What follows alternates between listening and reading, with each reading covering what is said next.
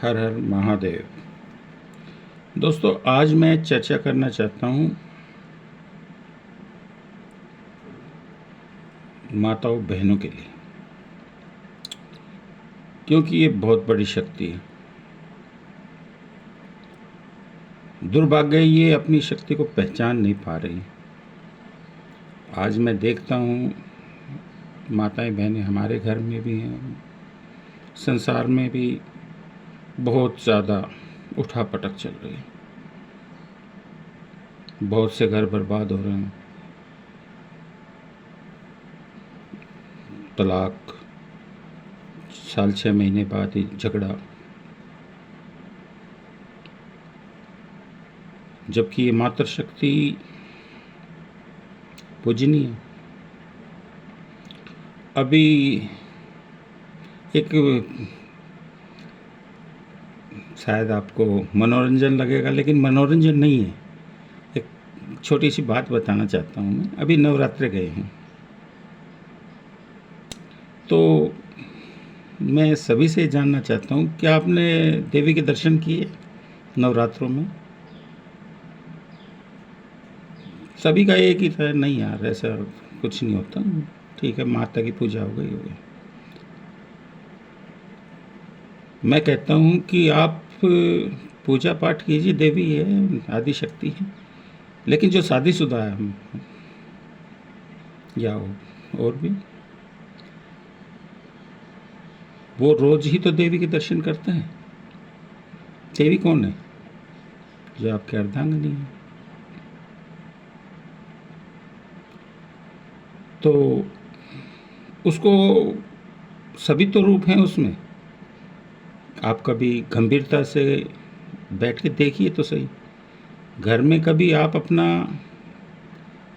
Time दीजिए, उसको समझिए, वो आपको सभी रूप में नज़र आएगी। जब वो लड़ाई करती है आपसे, या बच्चों को जब वो उग्र रूप में आती है, तो आप देखो उसका काले का रूप देखो, बस उसको देखिए। देखिए उसका चंडी का रूप जब चढ़ता है तो वो कैसा रूप करती है ना।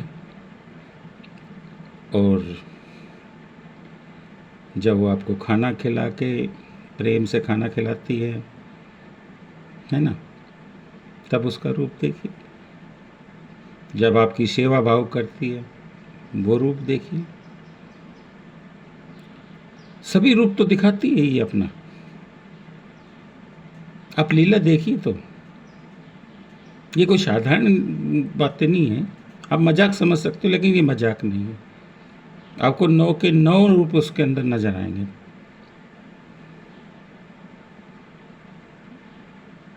आप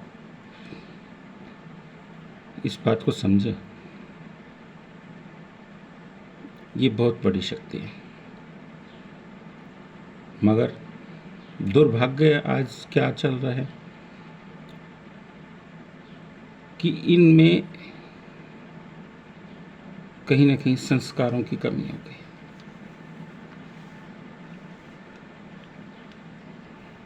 हम अपने बच्चों को सही संस्कार नहीं दे पा रहे। देंगे भी कहाँ से, क्योंकि हमें ही से सही संस्कार नहीं मिले। हम बच्चों को तब देंगे जब हमें सही संस्कार मिलेंगे। अब आज वैसे ही कोई चर्चा चल रही थी, तो बोले जो ज़्यादा भक्ति करता है वो ज़्यादा दुख पाता है। ऐसा क्यों?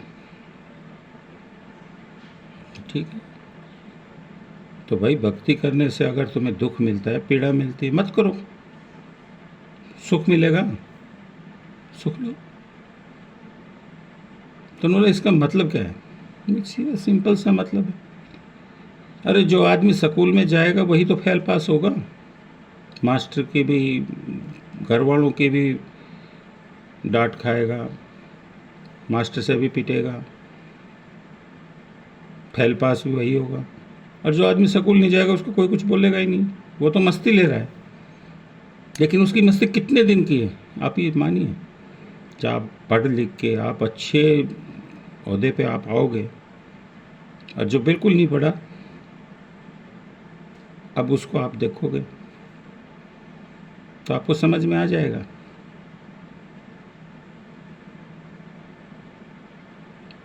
भक्ति में शक्ति है, लेकिन वो शक्ति कब है? जब हम अंतर आत्मा से, लगन से उसको हम करते हैं, तो हमें वो शक्ति नजर आती है। करते तो हैं, लेकिन अंतरात्मा से पूरा संपूर्ण नहीं हो पा रहे। समर्पण भाव ही नहीं है हमारे के अंदर। जब हमारे समर्पण भाव ही नहीं होगा तो फिर हम कैसे कर पाएंगे ये सब? अब आप बताइए, जब आप अच्छा रिजल्ट के लिए दिन रात पढ़ाई नहीं करोगे तो आप कैसे उस टॉपर हो पाओगे? समर्पण भाव तो चाहिए ना आपको। भक्ति भी यही है। जैसे एक छात्र का जीवन होता है, वैसा ही भक्ति का जीवन है।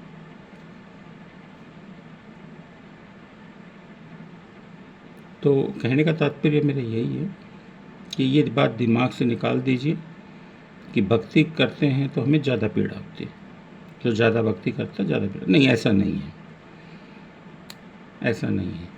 आपको बताया ना मैंने उदाहरण देके।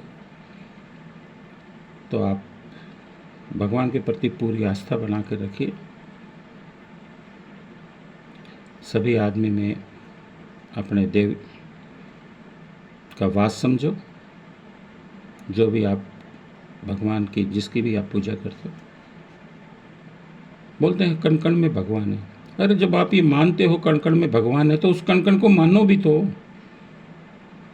निंदा तो आप इतनी करते हो सबकी, जहाँ बैठते हो वहीं निंदा चालू कर देते हो, फिर वो कण कण में भगवान कहाँ हो? आप तो भगवानों की आपने, इसका मतलब तो ये होगा कि जिस में सब में भगवान तो सब में है, और आप बुराइयाँ कर रहे हो तो कण कण में भगवान, तो आप तो भगवान की ही बुराई कर रहे हो ना।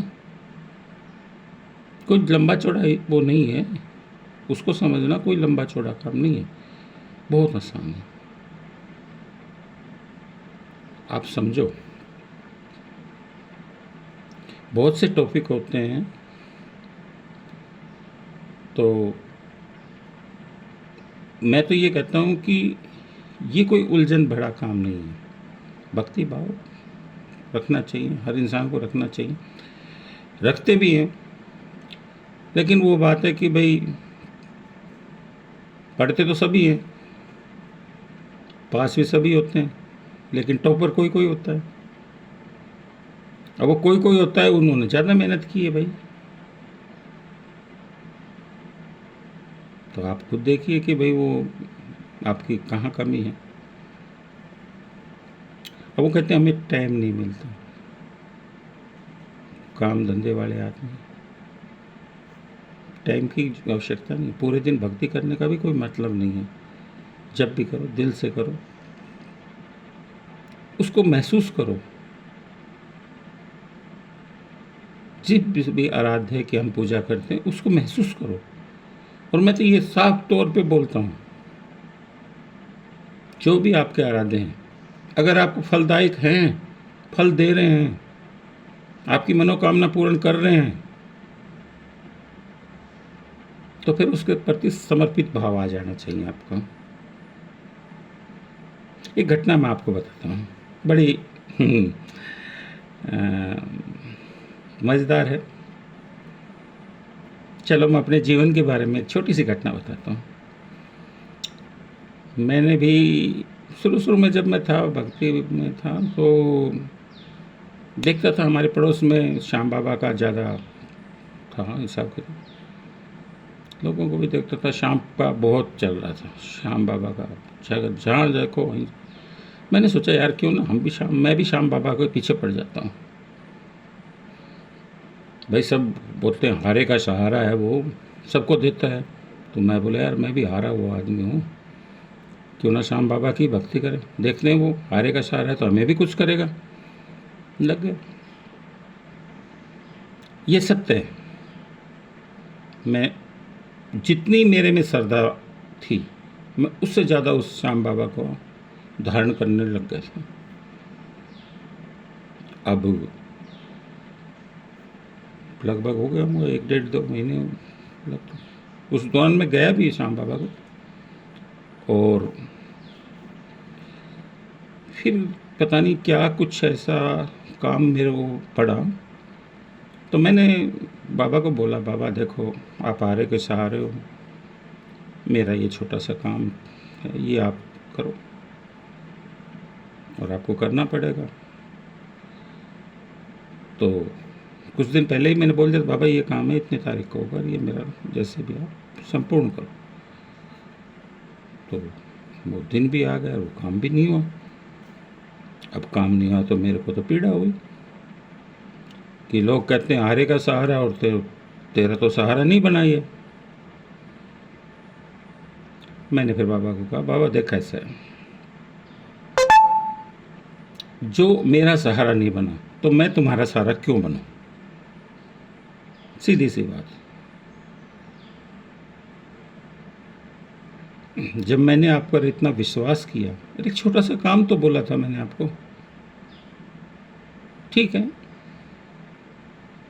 आप एक काम कीजिए, मैंने उस मूर्ति को उठाया और पीपल में विराजित कर गया। मैं बोला मेरे आपसे कोई वो बेश भावना नहीं है, लेकिन ठीक है आपकी हमारी राशि नहीं मिल पाई, कोई बात नहीं, आप विराजिए। और मैंने श्याम बाबा का ध्यान से निकाल दिया सब। चलता रहा जीवन ऐसे ही। अब जब वक्त टाइम घड़ी जब आता है ना, तभी सब कुछ होता है। मैं बाबा नीलकंठ पे जाना हुआ, तो नीलकंठ पे भी मेरी तो वही बात थी, क्योंकि शुरू में आदमी चलाता है ना, कभी हनुमान जी को, कभी मैं तो एक बात कहता हूँ, ये बात हर आदमी गांठ मार ले, जो भी देवता आपकी सहायता करता है, आपका रक्षक बनता है, आप उसी को धारण कीजिए। सब देख के नहीं कि वो हनुमान जी कर रहा मैं भी हनुमान जी कर, वो देवी कर रहा मैं भी देवी की कर लो, वो शाम की कर रहा तो मैं भी शाम की कर लूँ। ऐसा मत करना, कभी मत करना, क्योंकि मैंने ये देखा है, समझा है, भोगा है, इसलिए मैं ये दावे से कह रहा हूँ, ऐसा मत करना। जो आपको फलदायक है, जो आपको फल प्रदान करता है, आप उसी देव को धारण कीजिए। तो मैं नीलकंठ गया, तो मैंने बाबा को जो बात थी मैंने वो बोल दिया साफ, कोई दिक्कत नहीं, बाबा मेरा ये काम और मैं आपको धारण कर रहा हूँ, मेरी लाज रखना और ये मेरा काम है, आप देख लो कर। यकीन मानना 1-2 महीने के अंदर वो काम कैसे हो गया समझ में नहीं आया। जीवन इतना आसान हो गया कि मैं सोचता हूँ वही काम मेरा बाबा आके कर देता है, और जिंदगी में इतने चमत्कार घटने होने लग गए, जो हुआ मेरे बाबा की बड़ी कृपा हो गई। तो मेरे तो आराध्य हो गए महादेव, उनके बिना मेरा तो जीवन कुछ नहीं है। तो मैं आपसे यही कहना चाहूँगा कि आप विश्वास करें, संपूर्णता दें और उसी देव को धारण करें जो आपकी सहायता करते हैं। कोई भी जो आपको अच्छा लगे, लेकिन वो आपकी सहायता करना चाहिए। ऐसा नहीं हम किसी के पीछे लग गए और वो हमारी तरफ देख ही नहीं रहा। किसी देवता की निंदा नहीं करना, निंदा तो बिल्कुल नहीं करना, क्योंकि सब देव, लेकिन मेरे लिए सहायक कौन है वो अभी देख रहा। बहुत सी बातें हैं जीवन में, मैं आपको दोबारा फिर कभी आऊँगा तो मैं आपको जरूर बताऊंगा। हर हर महादेव, शिव शंभु। हे कृपालु, सब पे दया करना।